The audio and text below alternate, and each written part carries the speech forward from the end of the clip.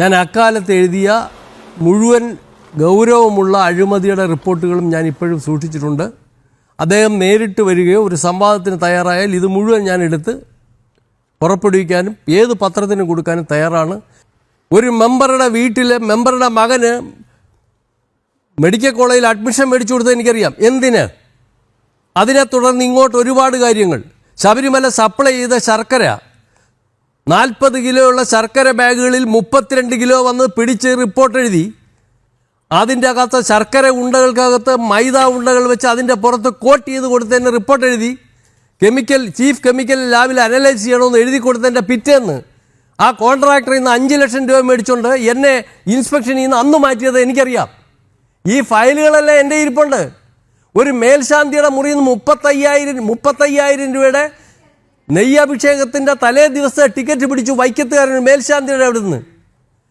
അന്നത്തെ പ്രസിഡന്റിൻ്റെ അടുത്ത പ്രതികരണം എന്നറിയോ? അയാളെ ഉടനെ അവിടുന്ന് മാറ്റൂ. എൻ്റെ ഇരിപ്പുണ്ട് സാധനം, റിപ്പോർട്ടും എൻ്റെ കയ്യിലുണ്ട്, ഞാൻ കൊടുത്തിട്ടില്ല.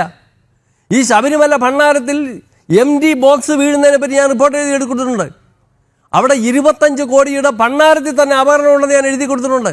അന്ന് ഒരു കൂട്ട് അരവണ 200 കിലോ ശർക്കരയും 30 കിലോ അരിയും ചേർത്ത് ഒരു കൂട്ട് അരവണയുടെ 963 കണ്ടെയ്നറിൽ നിറയ്ക്കാം. അത് 1200 വരെ അടിച്ച് ബൾക്ക് വിറ്റ് ടിക്കറ്റ് എടുത്തുള്ളൂ. എന്നെ 6 കോടി അപഹരിച്ചതിൻ്റെ റിപ്പോർട്ട് എഴുതി കൊടുത്തിട്ടുണ്ട്. ഇതിൻ്റെ എല്ലാം കോപ്പി എൻ്റെ കയ്യിൽ ഇരിപ്പുണ്ട്. എന്നിട്ട് എനിക്ക് വന്ന ദുരന്തം ചില്ലറയും ചില്ലാനും ഒന്നല്ല. 1-2 സസ്പെൻഷനും എൻ്റെ ഇൻക്രിമെൻ്റ് മാറിഞ്ഞും സർവീസിൽ നിന്ന് റിമൂവലും. ഞാൻ ബഹുമാനപ്പെട്ട കേരള ഹൈക്കോടതി ഉണ്ടായോണ്ടാണ് എൻ്റെ ശമ്പളം മേടിച്ച് ഞാൻ സർവീസിൽ തിരിച്ചു കയറിയത്. അവസാനം എന്നെ അവിടുന്ന് മാറ്റാൻ പാടില്ലെന്ന് ഞാൻ ബഹുമാനപ്പെട്ട കോടതി ഡിവിഷൻ ബെഞ്ച് ഉത്തരവ് മേടിച്ച ഒരുത്തനാണ്. കള്ള സർട്ടിഫിക്കറ്റ് സംരക്ഷിക്കുന്ന അങ്ങനെ 100 കോടി രൂപയുടെ ആഡിറ്റ് റിപ്പോർട്ടുകൾ അവിടെ പല ഉദ്യോഗസ്ഥന്മാരെയും ചന്തികീഴിലിരിക്കുകയാണ്. ഗുരുതരമായ പണാഭരണങ്ങൾക്ക്, കൃത്യവിലോപങ്ങൾക്ക് നടപടിയെടുക്കാതെ കുറ്റവിമുക്തരാക്കിയ കേസുകൾ വേറെയുണ്ട്.